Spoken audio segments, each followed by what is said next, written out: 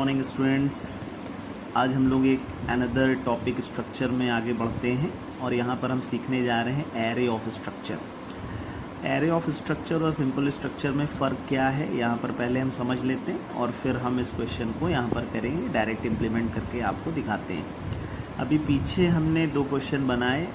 हमने पीछे क्वेश्चन बनाया, एक स्ट्रक्चर बनाया बुक के लिए और एक बुक की डिटेल इनपुट की और प्रिंट कर दिया उसकी डिटेल, और फिर हमने एक स्टूडेंट की डिटेल इनपुट की, उसके लिए स्ट्रक्चर बनाया, एक स्टूडेंट की डिटेल इनपुट की और प्रिंट कर दिया।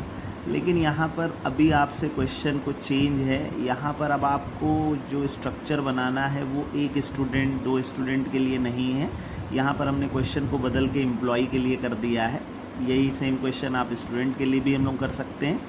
तो यहाँ पर हमको जो डिटेल इनपुट करनी है वो 500 एम्प्लॉयज़ की डिटेल इनपुट करनी है और डिटेल प्रिंट करनी है। ठीक है भाई।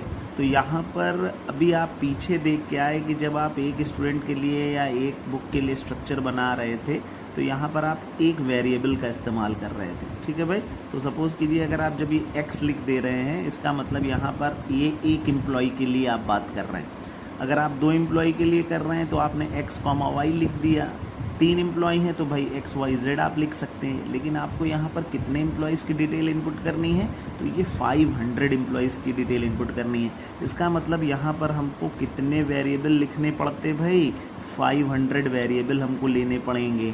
तो हमें पता है कि सिमिलर टाइप डेटा आ गया, यानी जो पहले एम्प्लॉय की डिटेल है जैसी name, post, department, city, salary, वैसी ही सेम डिटेल दूसरे एम्प्लॉय के लिए भी है, वैसी ही सेम डिटेल हमको तीसरे एम्प्लॉय की भी इनपुट करनी है। यानी यहाँ पर सिमिलरिटी आ गई।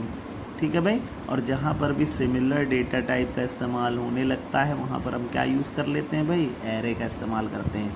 तो यहाँ पर ध्यान देंगे हमने एरे, तो यही चीज़ जो आपने लिखी है ये है आपका एरे ऑफ स्ट्रक्चर।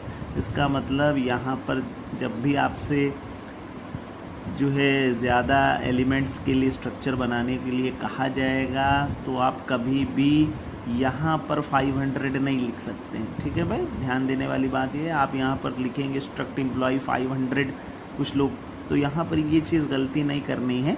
हमको यहाँ पर वेरिएबल में एरे का इस्तेमाल करना है। ठीक है भाई। तो ध्यान देंगे, सबसे पहले हमको यहाँ पर एक स्ट्रक्चर क्रिएट करना है एक एम्प्लॉय के लिए। तो बिल्कुल वैसे ही सेम हमने यूज़ किया, स्ट्रक्ट कीवर्ड का इस्तेमाल किया। एम्प्लॉय के लिए बनाने जा रहे हैं तो हमने यहाँ पर यूज़र डिफाइंड नेम EMP लिख दिया। आप एम्प्लॉय लिख दीजिए, कुछ भी नाम आपकी मर्ज़ी का आप ले सकते हैं। अभी आपके जो एम्प्लॉय का स्ट्रक्चर है उसमें डिटेल्स क्या क्या हैं, तो भाई हमने कहा नाम होना चाहिए, तो नाम एक स्ट्रिंग है तो एक एरे लिया हमने, कैरेक्टर टाइप। ठीक है भाई। अगला उसने कहा है पोस्ट होना चाहिए। पोस्ट का मतलब होता है कि कोई पद, सपोज कीजिए someone is working as an engineer, तो ये इंजीनियर का एक पोस्ट है। ठीक है भाई। तो ये भी एक स्ट्रिंग हो गया आपका। डिपार्टमेंट, डिपार्टमेंट का मतलब किस विभाग में, सपोज कीजिए someone is working in health department, तो ये डिपार्टमेंट एक नाम, तो ये डेप्थ हमने शॉर्ट में लिखा है, आप इसको पूरा भी लिख सकते हैं। ठीक है भाई। शहर का नाम किस शहर में पोस्टेड है, तो सिटी खाली, आप नाम सिटी। तो वेरिएबल को आप आसान बनाएं, बहुत ज़्यादा बड़ा वेरिएबल का नाम लिखने की ज़रूरत नहीं है। वेरिएबल के बीच में कभी कोई गैप नहीं करना है, कोई स्पेशल कैरेक्टर आपको यूज़ नहीं करना, वेरिएबल हमेशा एक साथ आपको लिखना है। ठीक है भाई। तो हमने सिटी, शहर, नाम है, तो ये भी एक स्ट्रिंग है, और जो सैलरी है वो एक इंटीजर टाइप होगी। ठीक है भाई। अभी ये स्ट्रक्चर हमको कितने एलिमेंट के लिए या कितने एम्प्लॉयज़ के लिए इम्प्लीमेंट करना है, तो हमें पता है कि हमको ये 500 एलिमेंट्स के लिए या 500 एम्प्लॉयज़ के लिए इम्प्लीमेंट करना है, तो ये x 500।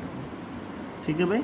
तो यहाँ पर अब x 500 का मतलब आपको क्या समझना है कि सबसे पहला एम्प्लॉय है उसको आप क्या किससे रिप्रेजेंट कर रहे हैं, x0 से। अगले एम्प्लॉय का क्या नाम है भाई, वेरिएबल उसके लिए आप क्या यूज़ कर रहे हैं यहाँ पर, x1। अगला एम्प्लॉय कौन हो गया आपका, x2। जो सबसे लास्ट एम्प्लॉय होगा वो आपका कौन हो जाएगा, x4999। तो जैसे ही आपने यहाँ पर एक एरे लिख लिया है, तुरंत इन एलिमेंट्स के लिए मेमोरी में क्या है भाई, स्पेस रिजर्व कर दिया गया है। यानी आप x0 की डिटेल जब इनपुट करेंगे, इसका मतलब आप पहले एम्प्लॉय की डिटेल इनपुट करने जा रहे हैं। जब आप x1 की डिटेल इनपुट करेंगे तो आप दूसरे एम्प्लॉय की डिटेल इनपुट करेंगे। जब आप x2 की डिटेल इनपुट करेंगे तो आप तीसरे एम्प्लॉय की डिटेल इनपुट करेंगे। इसी तरीके से आप 500 एलिमेंट्स के लिए, 500 एम्प्लॉयज़ के लिए डिटेल इनपुट करेंगे। अभी हमें पता है कि एरे है, तो एक एलिमेंट के लिए हमें डेटा इनपुट नहीं करना, हमको 500 के लिए करना है, तो तुरंत हमको लूप की आवश्यकता पड़ेगी। इसीलिए हमने यहाँ पर एक वेरिएबल लूप चलाने के लिए ले लिया और उसका हमने आई से रिप्रेजेंट कर दिया। बिल्कुल सेम सिमिलर सब कुछ वैसा ही है जैसे आप पीछे करके आए हैं, बस यहाँ पर आपको क्या इस्तेमाल करना है, एरे। एरे का इस्तेमाल आपने करा। अब यहाँ पर चूंकि ये एरे है तो एक एलिमेंट से ज़्यादा है, यहाँ पर 500 एलिमेंट्स हो गए। 500 एम्प्लॉयज़ के लिए आप डिटेल इनपुट करने जा रहे हैं, तो आपने एक लूप चला दिया। i = 0 से चलेंगे तो 499 तक जाइए। अगर आप लूप i = 1 से चलाएंगे तो ये 500 तक जाएगा।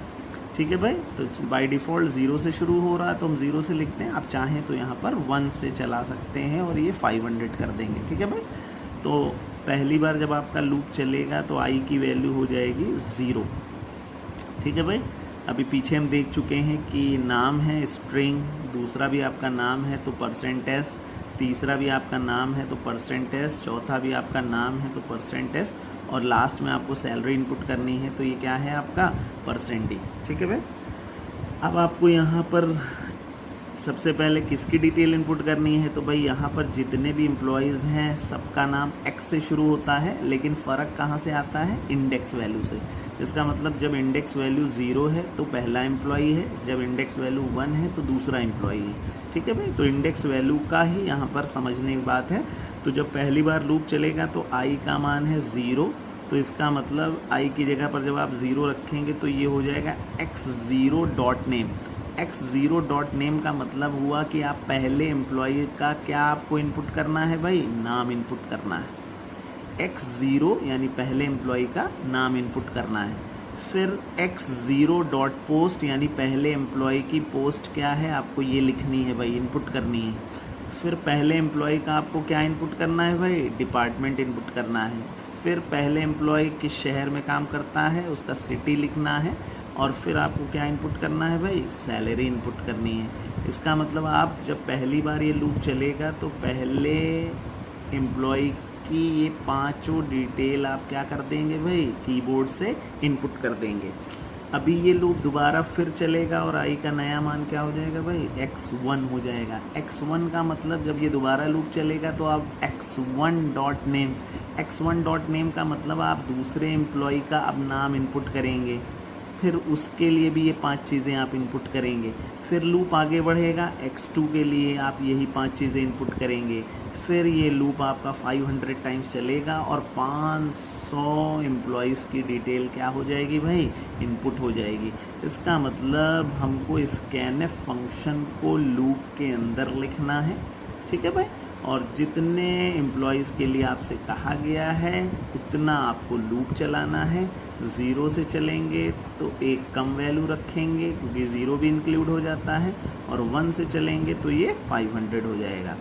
अभी आपसे क्वेश्चन में आपसे अगर कहा जाए कि जितने एलिमेंट्स यानी 500 एम्प्लॉय की डिटेल इनपुट करिए और प्रिंट कर दीजिए, तो आप क्या करते भाई, सेम आपको वही लूप दोबारा फॉर लूप लिखना है भाई। यहाँ पे ध्यान देंगे, जब हमें डिटेल अगर प्रिंट करनी होगी तो वही सेम लूप आप चलाएंगे और printf फंक्शन आप लिख देंगे। तो 500 के 500 एम्प्लॉय जिनकी डिटेल आपने इनपुट की है वही डिटेल 500 लोगों की प्रिंट हो जाएगी। लेकिन आपसे क्वेश्चन में उसने चेंज ये कर दिया है, आपसे कहा है कि केवल उन एम्प्लॉयज़ की डिटेल प्रिंट करिए जो एम्प्लॉय 20,000 रुपये से ज़्यादा कमाते हैं। तो ध्यान देने वाली बात यह है कि जब आपने पहले एम्प्लॉय की डिटेल इनपुट की थी तो उसकी सैलरी भी बताई थी। जब आपने दूसरे एम्प्लॉय की डिटेल इनपुट की तो उसकी भी सैलरी आपने बताई, तीसरे की दी तब भी आपने सैलरी बताई। तो इस तरीके से आपने 500 लोगों की क्या बताई है भाई, सैलरी बताई है कि नहीं बताई है भाई। तो हम 500 लोगों की सैलरी क्या कर चुके हैं, इनपुट कर चुके हैं। अभी हमारे पास 500 फॉर्म भर चुके हैं। आप इसको ऐसे समझें कि आपने 500 लोगों का फॉर्म आपके पास आ गया है। अब आपसे कहा जा रहा है कि आपको फॉर्म में देखना है कि जिनकी जिनकी सैलरी क्या है भाई 20,000 रुपये से ज़्यादा भरी है, उन फॉर्म्स को केवल आपको क्या करना है, सबमिट करना है। तो यहाँ पर ध्यान देने वाली बात ये है कि अगर ये कंडीशन ना होती 20,000 रुपये वाली, तो आप कुछ ना करते, ये इफ़ की कंडीशन को हटा देते और सीधे प्रिंट एफ लिख देते। 500 एम्प्लॉय की डिटेल इनपुट हो जाती, 500 एम्प्लॉय की डिटेल प्रिंट हो जाती। लेकिन अगर आपसे उसने कंडीशन कह दी कि यहाँ पर जिनकी सैलरी, तो सबसे पहले आप किसकी सैलरी को चेक करेंगे 20,000 रुपये से ज़्यादा है कि नहीं। तो सबसे पहले हम पहला फॉर्म देखेंगे, मतलब पहले एम्प्लॉय की डिटेल चेक करेंगे और देखेंगे क्या पहले एम्प्लॉय की सैलरी 20,000 से ज़्यादा है। तो यहाँ पर ध्यान देने वाली बात यही है कि जब ये लूप चलेगा तो आई का मान हो जाएगा 0। इसका मतलब सबसे पहले आप क्या चेक करेंगे भाई, x0 की सैलरी। x0 का मतलब पहला एम्प्लॉय, ठीक है भाई। अगर x0 डॉट सैलरी यानी x0 की सैलरी 20,000 से ज़्यादा है तो उसकी डिटेल क्या हो जाएगी, प्रिंट हो जाएगी। यानी ये प्रिंट एफ तब काम करेगा जब ये कंडीशन क्या होगी भाई, आपकी सही होगी। अब ध्यान देने वाली बात ये, अगर आप ये ना लिख के केवल लिख देते भाई सैलरी ग्रेटर देन 20,000, तो यहाँ पर आपका सैलरी, किसकी सैलरी 20,000 से ज़्यादा भाई, यहाँ पर तो 500 लोग हैं।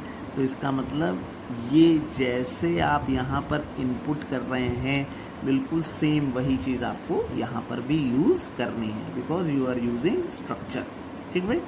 अब जैसे ही आप आई का मान 1 होगा तो x1 dot salary, x1 dot salary का मतलब दूसरे एम्प्लॉय की सैलरी क्या 20,000 से ज़्यादा है। अगर ये आपने इनपुट की होगी 20,000 से ज़्यादा तो प्रिंट होगी उसकी डिटेल, अगर आपने इनपुट नहीं की होगी तो उसकी डिटेल प्रिंट नहीं होगी। फिर x2 की, x3 की, x4 की, इस तरीके से 500 एम्प्लॉयज़ की सैलरी चेक होगी। जिन जिन एम्प्लॉयज़ की सैलरी 20,000 रुपये से ज़्यादा है केवल उन्हीं की डिटेल क्या होगी भाई, प्रिंट होगी।